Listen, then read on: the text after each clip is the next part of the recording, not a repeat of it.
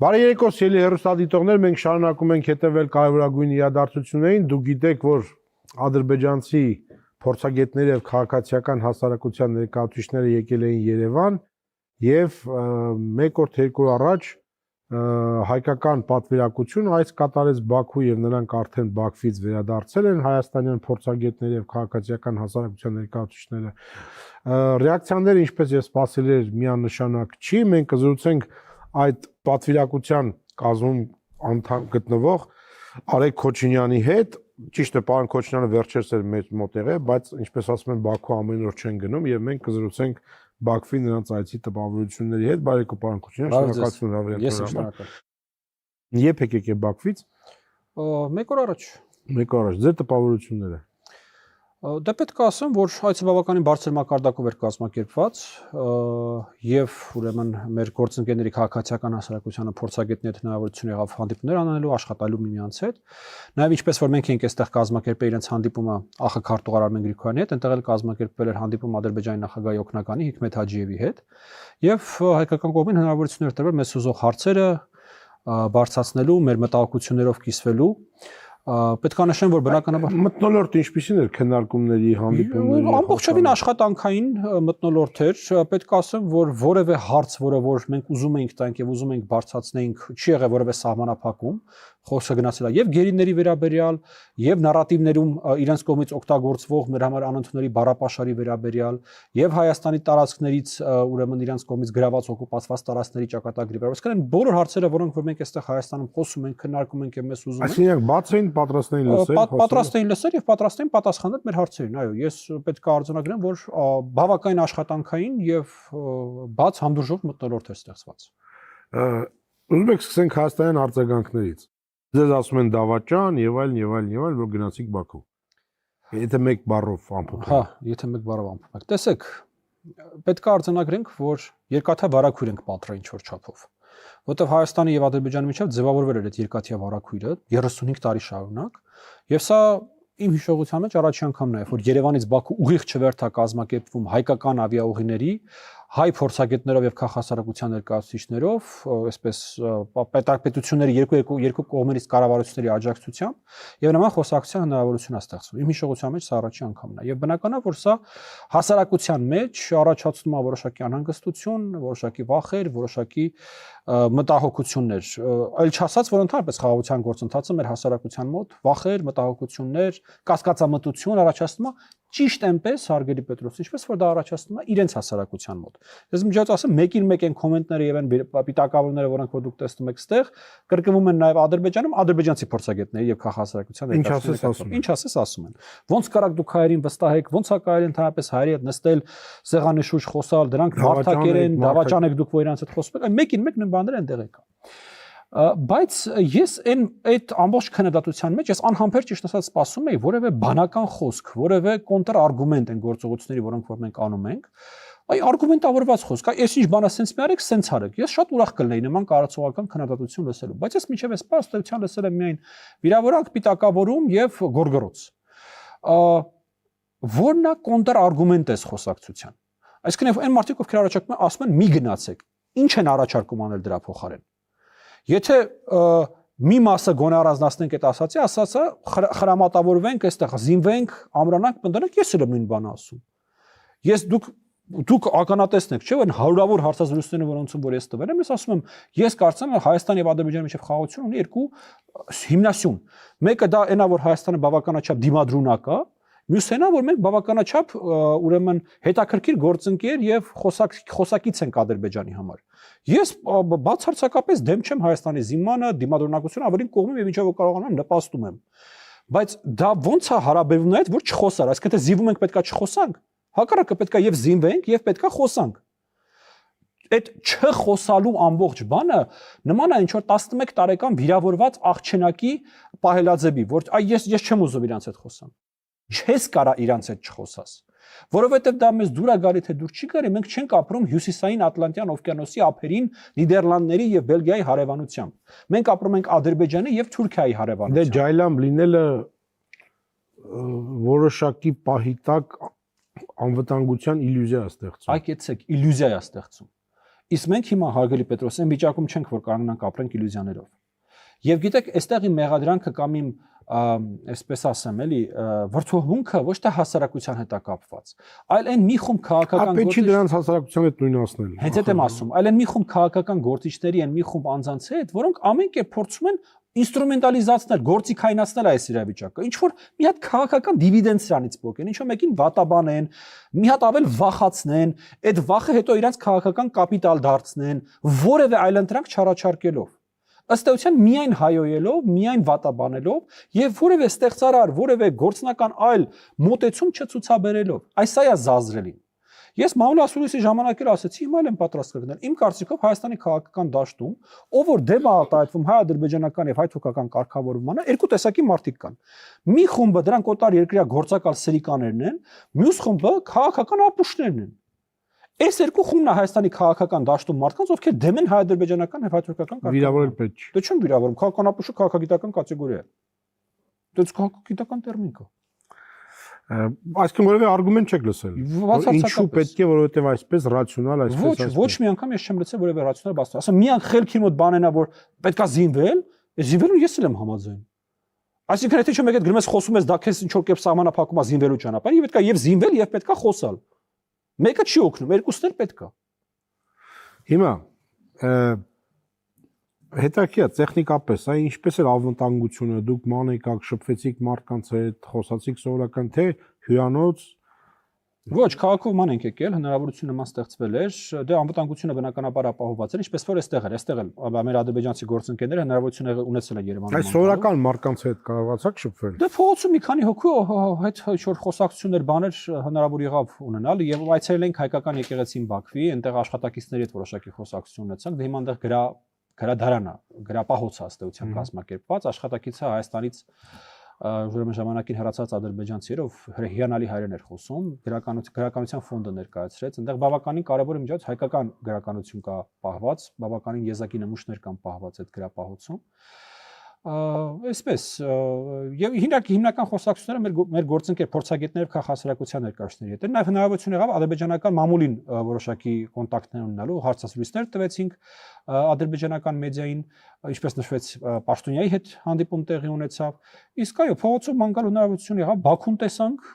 պետք է ասեմ, որ բավականին մաքուր քաղաք էր։ Ինձ ամենաշատը դա էր։ Ձեզ որպես հայ, թարս էին բանում, թե ոչ։ Դե չեմ կարծում փողոցներում ես ճանաչում էին, որ թարսնային կամ չնային, բայց համենայն դեպս օրինակ համար երբ որ գնում ենք որևէ, չգիտեմ, թեյի սուրճի ընդմիջման, իրանց դեպքում թեյի ընդմիջման կամ լանչի որևէ կերպ որևէ բացասական բան չենք նկատել։ Նորից ճիշտ այնպես ինչպես որ դա եղել է Երևանում։ Ես ճիշտ ասած չեմ կարծում, որ այն մամուլի կողմից ստեղծված ռուսերեն պուզիր, հա, այն ուրեմն անոթը, որ կա, այդ ատելության, այդ մեծ ներվերի այդ բանի ինքնա բոլորի վրա է տարածվում։ Ես ավելի շատ տեսնում եմ, որ կա լռելի այն մեծամասնություն երկու հասարակություններում, որը մեծամասնություն է, որը լուռ է, ու կա շատ աղմկոտ փոքրամասնություն, որը շատ ինքը փոքր տոկոս է կազմում, բայց ինքը բավականին բարձրաձայն է։ Այս ասածս բնականաբար չի նշանակում, թե բանա, գիտեք, հասարակության մեջ որևէ խնդիր չկա, ամեն ինչ նորմալ է, տենց արագ-արագ գնալու ենք դեպի կարգավորում։ Բնականաբար ոչ, Պետրոս, անցնող 35 տարիների ընթացքում այնքան ատելություն է գեներացվել, այնքան ցավ է առաջացել, այնքան արուն է թափվել, այնքան ապա մարդկայնացում է տեղի ունեցել, որ դա տասնամյակներ է տևելու մինչև հասարակությունների միջև մենք կարողանանք խոսել հարաբերությունների լիարժեք կարգավորման մասին։ Եվ այստեղ կան տասնյակ հարյուրավոր խնդիրներ, դասագրքերից սկսած երկու երկրների միմյանց ոնց են ներկայացվում, դպրոցները, կրթական համակարգը, հարյուրավոր խնդիրներ կա։ Եվ բնականաբար մի այցը կամ չգիտեմ, մի պայմանագիր այս բոլոր հարցերը չեն լուծելու։ Մեզ այս առումով մենք պետք է արձանագրենք, որ սպասում են տարիների աշխատանքներ։ Եվ նորից եմ ուզում կրկնել, ինձ համար այս նախաձեռնության երևի թե կարևորագույն երկու բաղադրիչները որոնք են։ Մեկը անշուշտ դա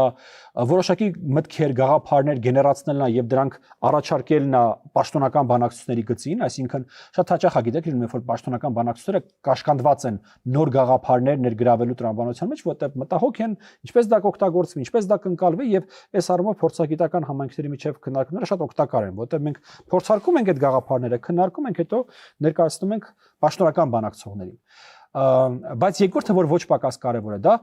որոշակի հասարակական ներգրավվածությունն է այս process-ների մեջ, որտեղ խաղաղությունը չի լինում վերևից ներքև։ Խաղաղություն կառուցելու համար պետք է շատ ավելի մեծ ներգրավվածություն։ Իդեպ այստեղ ուզում եմ նաև ասել, որ մենք չենք պլանավորում, որ այս ֆորմատը պետք է մնա 5 գումարած 5 ձևաչափի մեջ, ինքը պետք է ընդլայնվի։ Սա չպետք է դառնա մեր մոնոպոլիան։ Մենք ընդլայնելու ենք եւ մեդիան եւ քաղաքասարակության եւ փորձագետների համայնքի մեր գործընկերներին եւ ինչ որ պահից սկսած սա պետք է դառնա մի հատ հնարավորություն, որ Հայաստանում եւ Ադրբեջանում հասարակության ներկայացուցիչները հնարավորություն ունենան փոխհարաբերվելու, որ այս երկաթյա վարակույրը, որի մասին ես հաղորդման սկզբում ասացի, սկսի ճեղքեր տալ, սկսի քանդվել։ Եվ այո, բնական այն մարդիկ, ովքեր որ չեն կիսում խաղաղության, համակեցության մասին մեր մոտեցումները, համաձայն չեն լինելու այս գործընթացի հետ։ Այստեղ ուղղակի երկու նորից եմ ուզում ասեմ, տարբերակ կա, թե դա ինչու է տեղի ունենում։ Մեկը չեն հասկանում, այսպես ասենք, թե ինչի մասին է խոսակցությունը գնում։ Եվ երկրորդը, որը ոչ պակաս կարևոր է, թե ոչ ավելի կարևոր է, կա չար միտում։ Կան այ շրջանակներ, հիմնականում մի երկրից կարգավորվող շրջանակներ, որոնք ամեն ինչ անում են, որպես այդ կարգավորումը տեղի չունենա։ Իդեպ ուզում եմ նորից կրկնել, որ նմանատիպ բան մենք տեսնում ենք նաև Ադրբեջանում։ Այ օրինակի համար Հայաստանում մենք տեսնում ենք, որ ադրբեջանցի փորձագետներն են գալիս, հայտնաբերում են տարբեր տարիների իրենց ասած եւ արած գործողությունները կամ արած հայտարարությունները, իրենց լուսանկարները, ասում են, «Էս մարդկանց հետ եք դուք խաղաղություն կառուցում, էս մարդը որ sense բան ասը, կամ որ sense բան արը»։ Մեր այցի ժամանակ նույն բանը արվել էր մեր հանդեպ, տարբեր ադրբեջանական լրատվականներ, մասնավորապես ռուսալեզու, այսպես ասենք, Ռուսաստանի հետ կապեր ունեցող լրատվականներ, բռնել հրապարակել են պատերազմի ժամանակ 20 թվականի իմ արած հայտարարությունները։ Էպարշի պատերազմի ժամանակ ես ինչ հայտարարություններ եմ արել, ու պարշի որ կռվի ժամանակ փլավ չեմ բաժանում, չէ՞։ Բայց ուզում ասեմ, մեկին մեկ նույն բանն է արվում, նույն տեխնոլոգիան է կիրառվում։ Այս երկրներում չկա մարդ, ով որ անցնող 35 տարիների ընթացքում իրար դեմ չի խոսացել, կամ իրար դեմ հնարավորության դեպքում գործողություն չի արել, չի վնասել հակառակ կողմին։ Դա էր մեր այն հարաբերությունների համալիրը, այն համակարգը, որը որ կար, դա էր մատրիցան։ Հիմա մենք ունենք հնարավորություն մի հատ կարմիր գիծ քաշելու, այդ կարմիր գիծն էլ Վաշինգտոնի ուրեմն հայտարարությունն է, ձևաչափն է, եւ այդ կարմիր գծից այս կողմ կառուցելու նոր որակի հարաբերություններ։ Ես փորձեմ, պարոն Քոչյան, արգումենտացիա գտնել այդտեղ։ Տեսեք, նրանք ասում են դուք ուզում եք խաղաղություն, լավ բան է։ Գնում եք հանդիպում եք տրամաբանական բան առաջ հայացքից, ասենք հիմարությունա դրա դեմ խոսալ է։ Բայց երբ որ Բաքվում պահվում են մեր գերիները, երբ որ իրանք ասում են, որ Սևանը այլ անունով են ասում, երբ իրանք մեր հողերում են եւ դուրս չեն գալիս, դա նշանակում է, որ նրանք խաղաղություն չեն ուզում, նրանք իմիտացիա են անում եւ դուք ձեր գործողություններով լեգիտիմացնում եք այդ իմիտացիան։ Նախ ես ուզում եմ եւս մեկ անգամ։ Այո, որ անկեղծ մենք կզգանք այն իմպուլսները, որ անկեղծ են ուզում խաղաղություն, այդ ժամանակ խնդրեմ։ Նախ այդ կեղծավոր անկեղծ ինձ թվում է դրանք միջազգային հարաբերությունների կատեգորիաներ չեն, այդ առաջինը։ Երկրորդը մենք մեր այցի ընթացքում մի քանի անգամ եւ մինչեւ այցի ընթացքում բարձրաձայնել ենք գեյների հետ վերադարձի խնդիրը։ Մենք երկու հարց ենք ըստ էության բարձրաձայնել, մեկը տեսակցելը, մեկը վերադարձը, բնականաբար առաջնահերթությունը տրված էր վերադարձին։ Եվ ես կարող եմ ասել, որ մեր նամակները եւ մեր դիմումները ոչ թե մերժվել են եւ ոչ թե դրական պատասխան են ստացել, այլ մեզ նկարագրվել է հետեւյալ իրավիճակը, որ կա որոշակի գործընթաց եւ այդ գործընթացում մեր դիրքորոշումը եւ մեր բերած արգումենտները հաշվի են առնվում։ Իդեպ մենք այնտեղ ոչ թե գրացել ենք այսպես խնդրում ենք, որ մեր հայրենակիցները վերադարձվեն, այլ մենք դա բացատրում ենք եւ ներկայացնում ենք հենց խաղաղության տրամաբանության մեջ, որ այ տեսեք, հենց այս արգումենտն են Հայաստանում բերում, որ եթե դուք իսկապես խաղաղություն եք ուզում, ո՞նց եք այդ մարդկանց միջև հիմա Բաքվում բերում, պահում եւ դա իսկապես տրամաբանական արգումենտ է։ Մենք այդ արգումենտն իրancs ներկայացնում ենք, որ մենք խաղաղություն ենք կառուցում, մենք առաջ ենք ուզում շարժվենք, բայց կա նման հումանիտար խնդիր։ Միջև այս պահը այդ մարդիկ պահվում են Բաքվի բանտում եւ նորից եմ ուզում կրկնել, որ ի պատասխան մեզ նշվել է, որ այդ արգումենտը լսվել է, ընկալվել է եւ process-ի վրա իր համապատասխան ազդեցություն ունենալու է։ Իմ խորին համոզմամբ մեր այցը գուցե փոքր, բայց քայլ առաջ էր այդ հարցի լուծման տրամաբանության մեջ, գեյների հետ վերադարձի տրամաբանության մեջ։ Նորից գուցե փոքր, բայց ես կարծում եմ, որ դա քայլ առաջ էր։ Հիմա ինչ վերաբերվում է որ իրանք խաղաղություն ուզում են, թե չեն ուզում։ Ես այսօր նախ փոխանցեցի Հայաստանի հասարակությանը։ Այ դուք հանդիպել եք Հաջիևին, որը արտաքին քաղաքական քիչ մարկանցից է, ում հետ Ալիևը խորհրդակցում է արտաքին քաղաքականության հարցում որոշումներ ընդունելու։ Եվ դուք ասացիք ձեր ասուլիսում, որ նա մեսիջներ է տվել հայ հասարակությանը։ Այ կարող եք բառացի ասել, ինչ է ասել այդ մեսիջի առումով։ Այո, բառացի։ Եվ ինչ մեսիջներ է ասել։ Բառացի պարոն Հաջիևը մեզ խնդրեց փոխանցել Հայաստանի հասարակությանը, որ Ադրբեջանի համար պատերազմն ավարտված է, կոնֆլիկտն ավարտված է, եւ այս ներկայումս գոյություն ունեցող չպատերազմի իրավիճակը իրենք նպատակ ունեն վերածելու խաղաղության, համապարփակ եւ հարատև խաղաղության, իրենց ցանկությունը Հայաստանի հետ խաղաղություն կառուցելն է, եւ որ խաղաղությունը հիմնված է միմյանց նկատմամբ տարածքային պահանջներ չունենալու սկզբունքի վրա։ Սա բառացի են խոսքերն են, որը որ Ադրբեջանի նախագահ օգնականը մեզ խնդրել էր փոխանցել Հայաստանի հասարակությանը, որը մենք արեցինք։ Հիմա ինչ կապված է պատերազմ ուզում են թե խաղաղություն ուզում, տեսեք, այն արգումենտները, որոնք դուք բերեցիք, դրանք այո մեսիջներն են նրա, որ Ադրբեջանը առնվազն կասեցնում է առաջընթացը, հա, խաղաղության ճանապարհին։ Մենք դրան զուգահեռ տեսնում ենք նաև այլ մեսիջներ, հարգելի Պետրոս, որոնք նույնպես պետք է արձանագրենք։ Այդ Ռուսաստանից եւ Ղազախստանից ապրանքների ուրեմն Հայաստան մուտքի վերաբերյալ արգելքի վերացումը։ Սա քայլ է դեպի խաղաղություն, թե քայլ չէ։ Իմ կարծիքով միանշանակ քայլ է։ Այն պարզ փաստը, որ Ադրբեջանում այն բովանդակությունը, որը առնվազն դրվում էր այդ միջանցքային խոսակցությունների մեջ, վերանայվել է։ Ես չեմ բացառում, որ Վաշինգտոնից հետո դուք կգտնեք 1, 2, 3 ինչ որ հայտարարություններ, որտեղ կգտնեք այդ Զանգեզուրի միջանցք տերմինը, բայց բովանդակությունն է փոխվել։ Դուք հիշում եք, մենք 20-ից երևի թե 1 տարի կամ 1.5 տարի, ես մոտ այսպեսի միտք է ասել, որ ադրբեջանական կողմը գալիս աստեղության մեզ ասում է մենք ձեզանից միջանցք չենք ուզում, բայց հետո սկսում է դետալներ ասել, թե իրենք ու չեն ուզում։ Դա դասական միջանցքն է։ Այ ոնց որ ասեն, թափանցիկ մի հատ անհոտ անհամ հեղուկ ենք ուզում, քիմիական բաղադրությունը լինի H2-ով, բայց ջուր չենք ուզում ձեզանից։ Այ մոտապես դրան էր նման այդ խոսակցությունը։ Հիմա այդ խոսակցությունը էականորեն փոխվել է։ Իդեպ ձեզ մի բան ասեմ, մեր հետ Բաքվում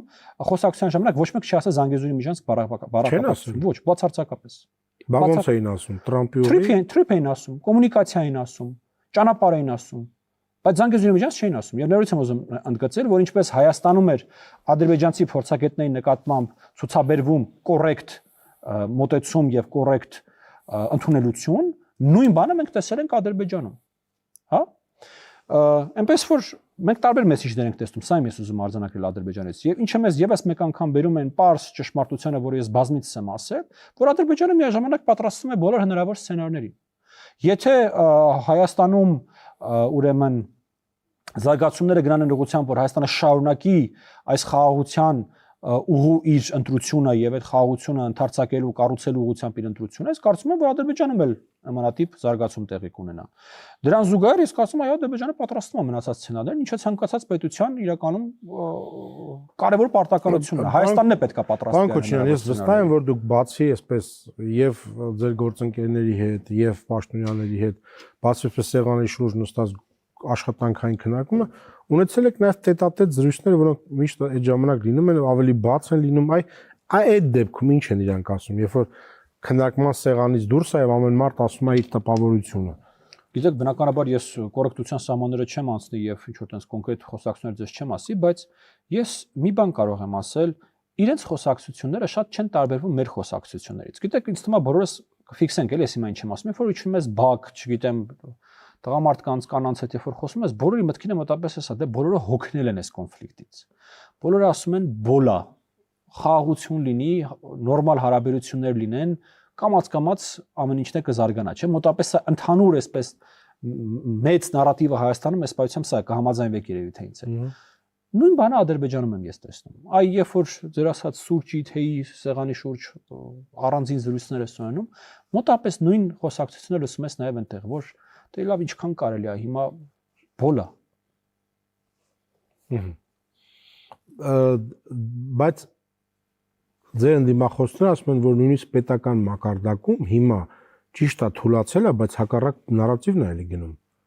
Ես չեմ համաձայն, որ հակառակ նարատիվն է գնում պետական մակարդակում, այո, որոշակի էքսցեսներ լինում են եւ ես ուզում եմ երաշխավել, որ մենք Բաքվում դրանք բարձրաձայնել ենք, օրինակ համար Ազերթաջի վերջին այդ Երևանի անվանման բանը այլասերումը, հա, կամ առանձին հայտարարություններ, բայց դրանք էլ ես կարծում եմ, որ մենք պետքա ամեն ինչը շատ ճիշտ արձանագրենք, թե ինչա տեղի ունեցել։ Օրինակ, այս Ադրբեջանի նախագահի հայտարարությունը Սևանի այլ անվանման վերաբերյալ, ասում են Ադրբեջանի նախագահան Սևանը այլ անունով է կոչել, բայց մի քիչ այդպես չի եղել։ Այդ հայտարարությունը եղել է հետևյալ տեսքով։ Ադրբեջանի նախագահան ասել է, որ ինքը մի հատ քարտեզ է տեսել ռուսական կայսրության, որտեղ Սևանի վրա գրած է այդ ինչ բառ։ Եվ որտեղ չկար Ադրբեջան։ Իմիջիայից այդ նույն քարտեզի վրա Ադրբեջան բառը չկա, բայց այդ քարտեզը իսկապես կա քարտեզ, որի վրա Սևանի վրա ուրիշ անուն է գրած։ Կան քարտեզներ, որտեղ երկու անունն է գրած, կա քարտեզներ, որտեղ մենակ Սևան է գրած։ Ինչ քարտեզ ասես կա այս տանցնող 200 տարվա ընթացքում։ Բայց երևի թե մեր խնդրի մի կարևոր բաղադրիչը հենց նա է, որ երբ որ մենք ենք այդ քարտեզին նայում, մենք մենակ տեսնում ենք այն, որ այնտեղ Ադրբեջան բառ չկա գրած։ Երբ որ իրանք են այդ քարտեզին նայում, իրանք տեսնում են մենակ այն, որ այնտեղ Սևանի վրա մի հատ ուրիշ բառ է գրած։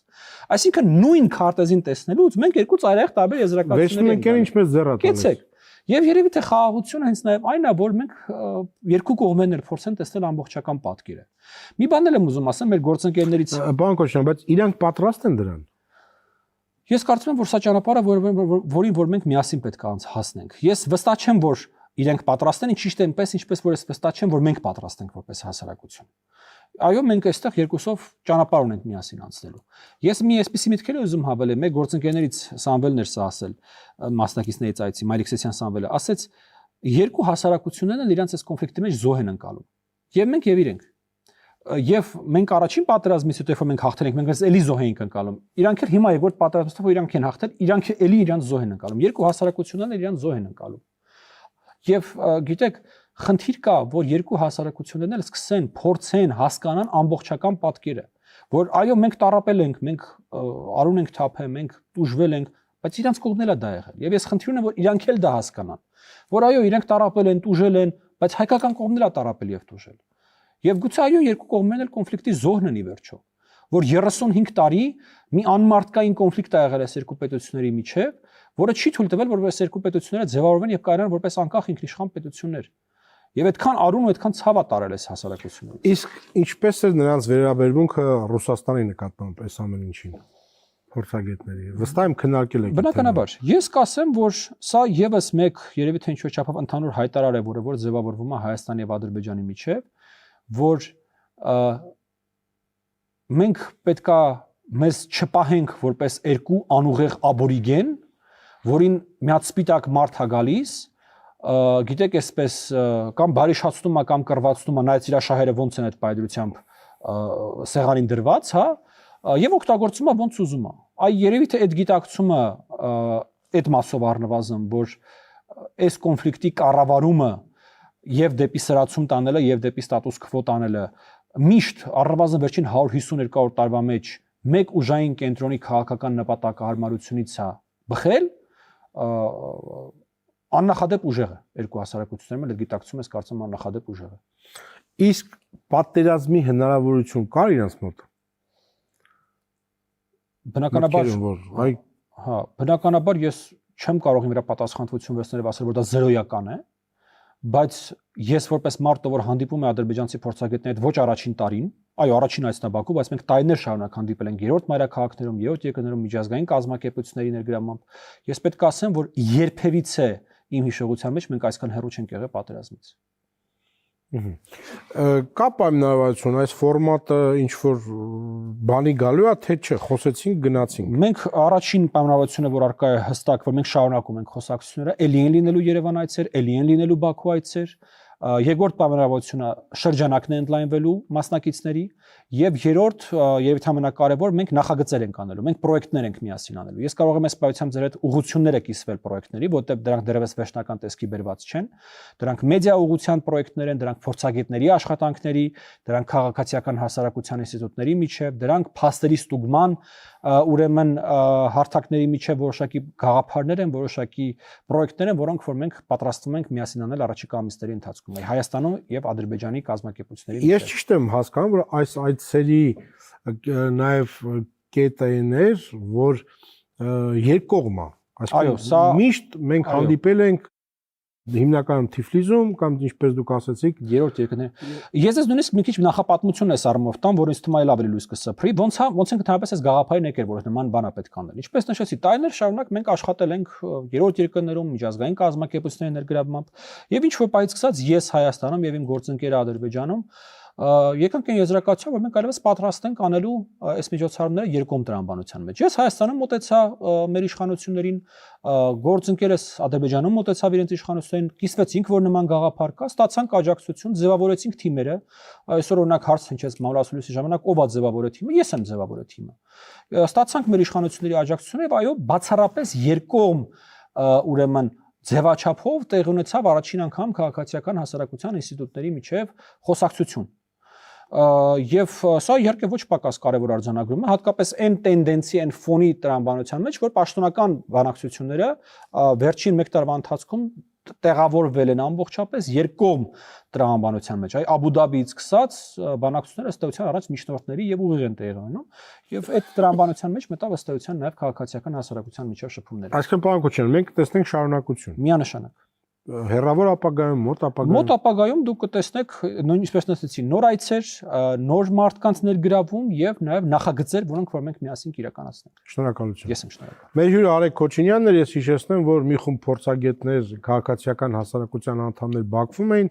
նրանք ետ են վերադարձել, պարոն Քոչինյանը նրանց մեջ էր եւ այսօր կիսվեց